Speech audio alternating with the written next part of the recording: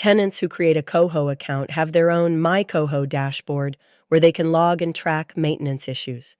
When inside the My COHO dashboard, they can either log the issues where it shows information about the property manager, or they can scroll to maintenance and do it straight there.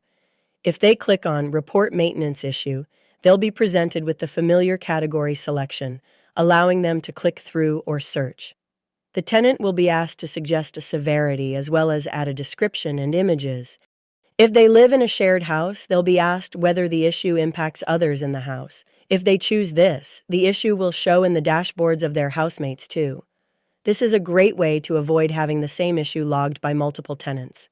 Any issue reported through COHO will create a conversation specific to that issue with all relevant tenants to ensure communication is kept in one place regarding it and not mixed in with other messages or lost in inboxes. Your tenants don't have to have a COHO account to report, which we'll cover in another video.